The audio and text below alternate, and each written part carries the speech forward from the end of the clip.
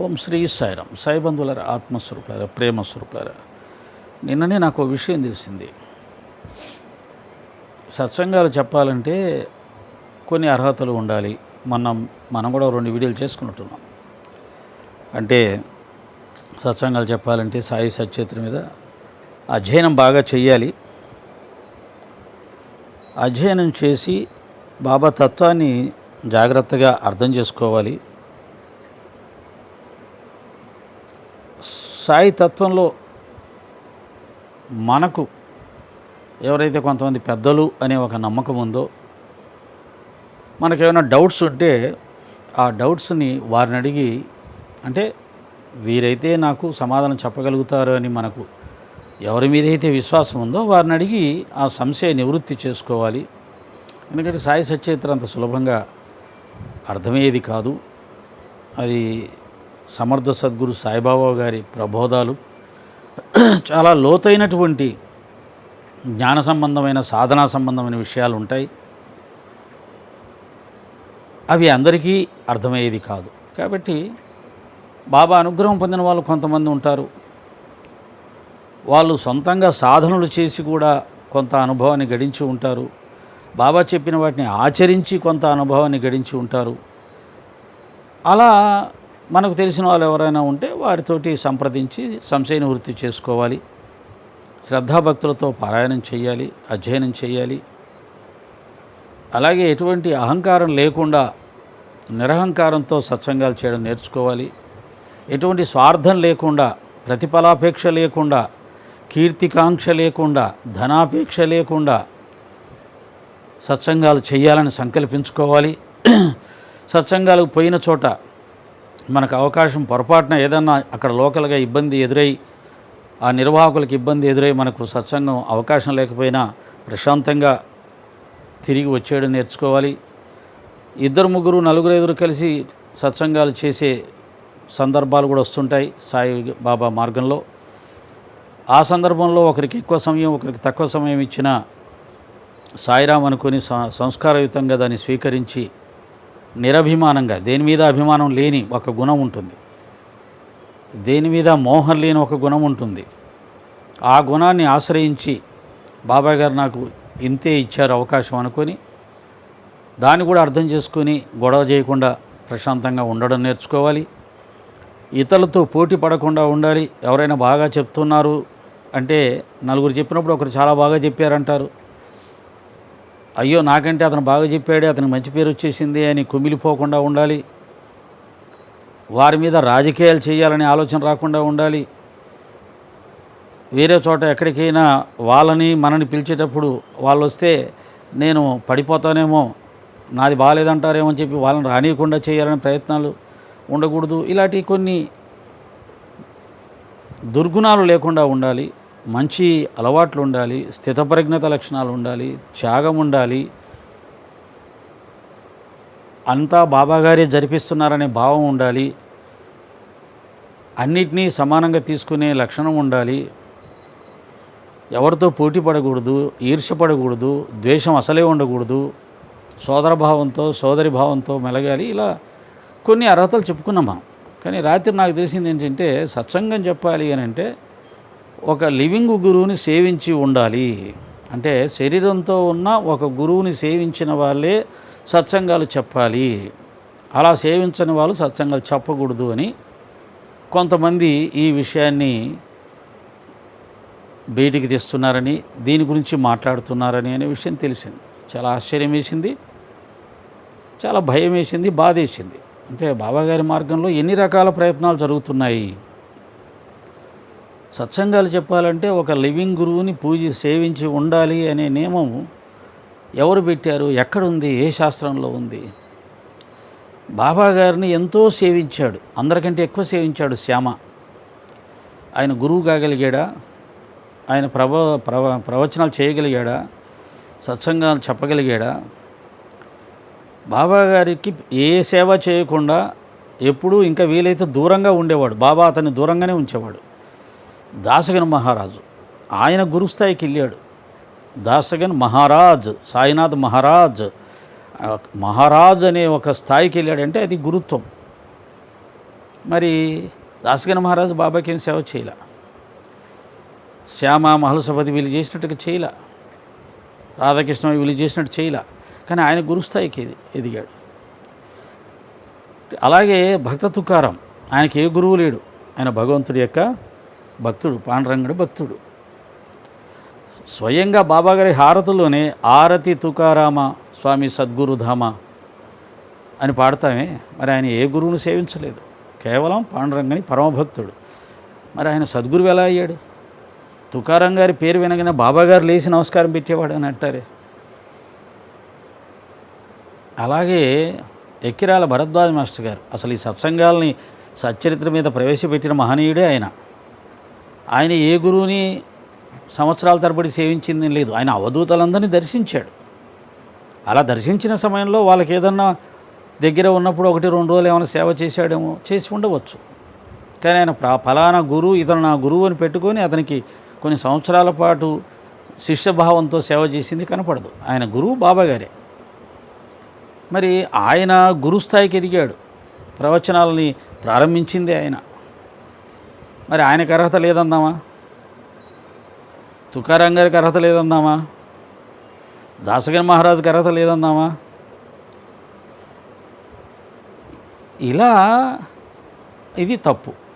అంటే నేను ఒక్కడినే సత్సంగాలు చెప్పాలి, ఇంకెవరు సత్సంగాలు చెప్పడానికి ఎవరికి అర్హత లేదు అనే ఒక భావనలో నుంచి వచ్చినటువంటి ఒక కండిషన్ ఇది. సరే, భవిష్యత్తులో బాబాగారి మార్గంలో ఇంకా ఎన్ని రకాల మంది గురువులు వస్తారో, గురువులు కావాలనుకున్న వాళ్ళు వస్తారో, ఎన్ని రకాల మంది ఎన్ని రకాల కండిషన్స్ పెడతారో, అలాగే గురువులు కావాలని తాపత్రయంతో ఇంతకుముందు చెప్పిన వీడియోలాగా కీర్తి ప్రతిష్టల కోసం కార్యక్రమాలు ఏర్పాటు చేస్తూ, సన్మానాలు సత్కారాల కోసం కార్యక్రమాలు ఏర్పాటు చేస్తూ, గుర్తింపు కోసం కార్యక్రమాలు ఏర్పాటు చేస్తూ, ఏదో ఒక కార్యక్రమం చేసి నేను కూడా సాయి భక్తున్నే, సాయి తత్వ ప్రచారకున్నే అని చేసేవాళ్ళు అప్పుడు ఉన్నారు, ఇప్పుడు ఇంకెక్కువ అవుతున్నారు. ఓకే, సత్సంగం చెప్పడానికి ఒక్కొక్కరికి ఒక్కొక్క అవగాహన ఉంటుంది, ఒక్కొక్కరి సాధన ఒక రకంగా ఉంటుంది, ఒక్కొక్కరి గురుభక్తి ఒక రకంగా ఉంటుంది, ఒక్కొక్కరికి గురు అనుగ్రహం ఒక రకంగా ఉంటుంది. అవి ప్రజలు నిర్ణయం చేస్తారు కదా, భక్తులు నిర్ణయం చేస్తారు కదా. ఒక 10 మంది సత్సంగాలు చెప్తుంటే ఎవరు బాగా చెప్తున్నారనేది ప్రజలు నిర్ణయం చేస్తారు.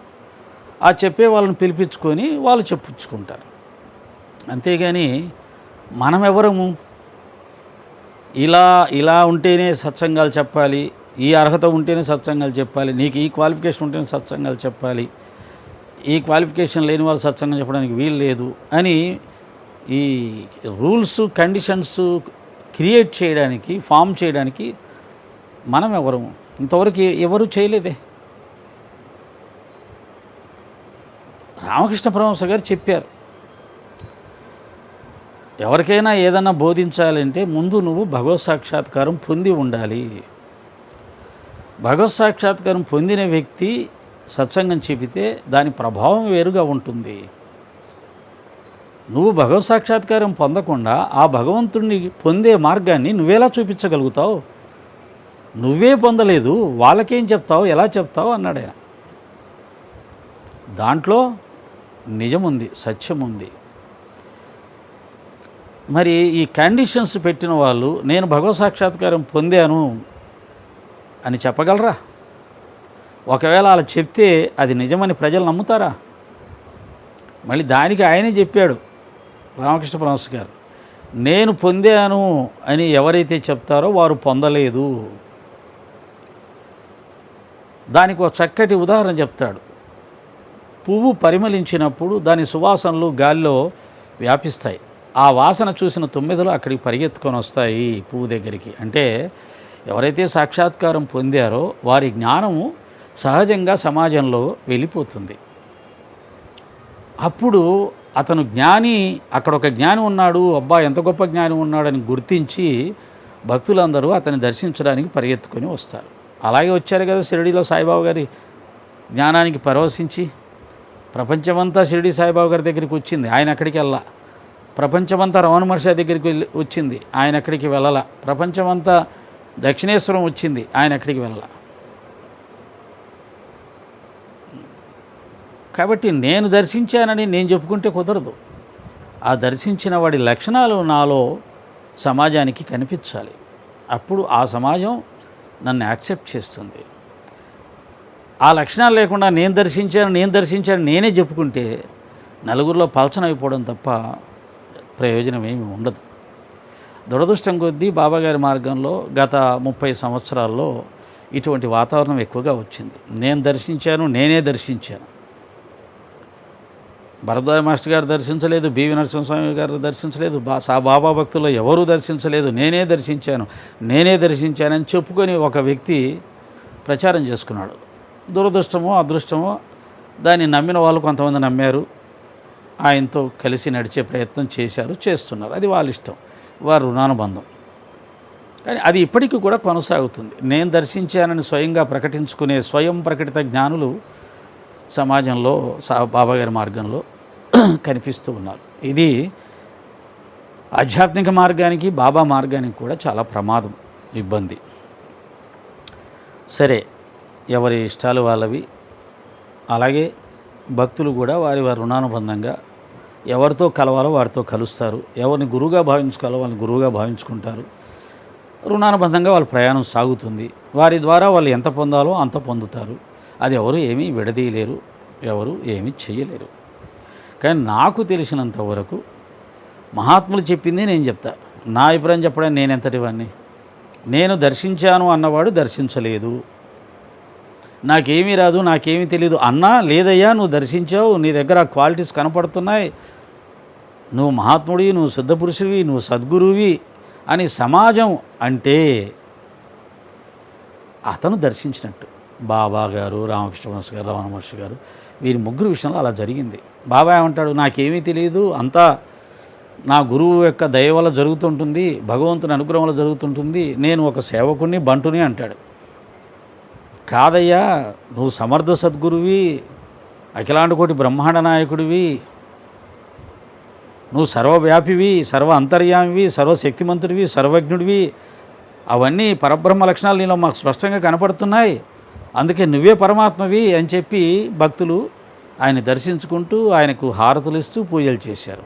ఆయన మాత్రం అబ్బాయి నేను పక్కింది, నాకేం తెలియదు, నేను పిచ్చివాడిని అని ఆయన ఉండిపోయాడు. రమణ మహర్షి గారి విషయం అట్లే, రామకృష్ణ పరమహంస గారి విషయం అట్లే.